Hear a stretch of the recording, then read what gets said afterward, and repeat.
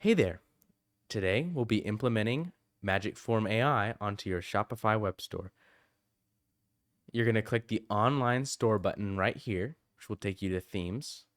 Then you're going to click customize.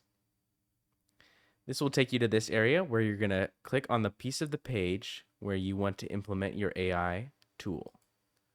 Right here, we're going to click edit code.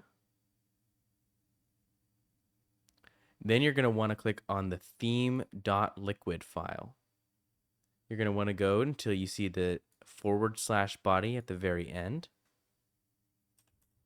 Then you're just going to paste in the code that you took from your launch tab in Magic Form AI right here.